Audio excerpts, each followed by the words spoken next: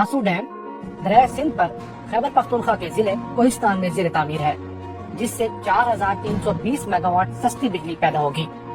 अभी इस डैम के फेज 1 पर जोरों शोर से काम जारी है, जिससे सन 2024 तक 2160 मेगावाट बिजली पैदा होगी और उसके बाद फेज 2 पर काम का आगाज होगा, जिसमें फिर 2160 मेगावाट बिजली पैदा होगी। अगर इस बिजली को यूनिट्स में गिना जाए तो फेज 1 में 12 अरब 22 करोड़ यूनिट्स और फेज 2 में फिर 12 अरब 22 करोड़ यूनिट्स पैदा होंगे, यानी कुल मिलाकर 24 अरब 44 करोड़ यूनिट्स। इस डैम में 82 करोड़ क्यूबिक मीटर पानी भी महफूज किया जा सकेगा। इस पानी को अगर लीटर्स में नापा जाए तो 840 अरब लीटर्स बनते हैं। इस हिसाब से ये डैम 840 अरब लीटर्स पानी महफूज कर सकेगा। इस डैम से मुल्क को सालाना 240 अरब रुपए का फायदा होगा। ये पाकिस्तान का सबसे बड़ा हाइड्रो पावर प्रोजेक्ट है। इस डैम का बुनियादी मकसद बिजली की पैदावार है। इससे पहले जितने बड़े डैम्स बने, उनके बनाने में बड़ी वजह पानी का जखीरा करना था। इस डैम में 360 मेगावाट की कुल 12 टरबाइन्स नस्ब होंगी। इस डैम की लागत का तखमीना 8.5 अरब डॉलर्स लगाया गया है, यानी तकरीबन 1400 अरब रुपए। दासू डैम के फेज 2 पर काम का आगाज 2025 में शुरू होगा और इस सन 2027 तक मुकम्मल होने की तवक्को है। फेज 2 के जल्दी मुकम्मल होने की वजह डैम की झील और दूसरे इंफ्रास्ट्रक्चर का फेज 1 में पहले ही मुकम्मल होना है। दूसरे फेज में सिर्फ एक पावर हाउस और 6 टरबाइन्स नस्ब होंगी। 2027 वो वक्त होगा जब हमारे मुल्क पर नाफिज किए गए महंगे तेल व गैस से चलने वाले प्रोडक्ट्स IPPs की मुद्दत मुआहिदा खत्म हो रही होगी और हमें सस्ती बिजली की अशद जरूरत होगी। दासू डैम के लिए तमाम सियासतदानों ने काम किया। इस डैम की तजवीज 2001 में सामने आई जब परवेज मुशर्रफ की हुकूमत थी और फिर इसकी फिजिबिलिटी पर काम शुरू हुआ, जो सन 2009 में जरदारी दौर के दौरान मुकम्मल हुई। 2014 में नवाज शरीफ ने इस मंसूबे की मंजूरी दी और 25 जून 2014 को संगे बुनियाद रखा। काम का बाकायदा आगाज जून 2017 में हुआ। 2018 में इमरान खान की हुकूमत आई तो जमीन की खरीदारी और डैम के लिए फंडिंग के मसाइल ने सर उठाया। वर्ल्ड बैंक समेत दीगर मालियाती इदारों ने काम की रफ्तार कम होने पर फंडिंग कैंसिल करने की धमकी दी, जिस पर वजीर आजम ने जाती दिलचस्पी लेते हुए मसाइल हल करवाए, वरना फंडिंग कैंसिल होने की सूरत में वक्त और लागत में कई गुना इजाफा हो जाता। दासू डैम की झील 74 किलोमीटर लंबी और 365 मीटर चौड़ी होगी, यानी 24 मुरब्बा किलोमीटर पर मुहित होगी। भाषा डैम, तरबेला डैम और दासू डैम की तामीर मुकम्मल होने के बाद दरिया सिंध में आने वाले सैलाब का 60% हिस्सा कंट्रोल किया जा सकेगा।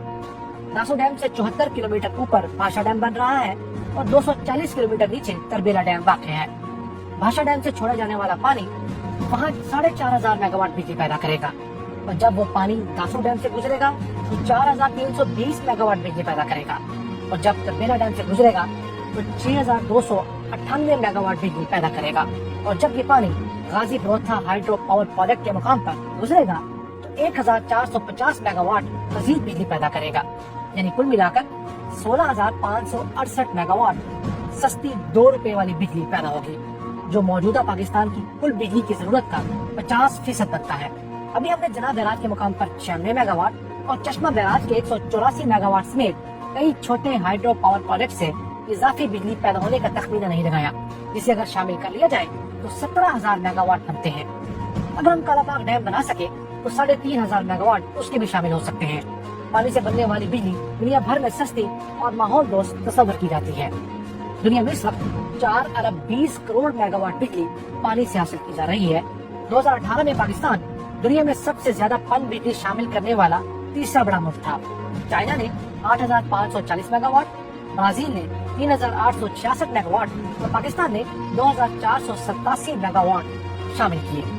तुर्की, नॉर्वे, इंडिया, कनाडा जैसे ममालिक पाकिस्तान से पीछे रहे, जो हमारे लिए एक अहम संग मील है। दुनिया में बिजली पैदा करने वाला सबसे बड़ा प्रोजेक्ट चाइना में है, जो 3 गॉर्जियस डैम है और इसकी बिजली पैदा करने की सलाहियत 22,500 मेगावाट है। चाइना के इस डैम को बनाने वाली China 3 gorgeous dam company Pakistan में 2733 मेगावाट के 6 पावर प्रोजेक्ट्स पर काम कर रही है, जिसमें सबसे बड़ा 1124 मेगावाट का कोहाना हाइड्रो पावर प्रोजेक्ट है। दूसरा 720 मेगावाट का त्रोट हाइड्रो पावर प्रोजेक्ट है। तीसरा 640 मेगावाट का महल हाइड्रो पावर प्रोजेक्ट है। इसके अलावा 150 मेगावाट के 2 हवा से चलने वाले पावर प्रोजेक्ट्स اور 100 میگا واٹ کا ایک سولر پاور پروجیکٹ بھی شامل ہے۔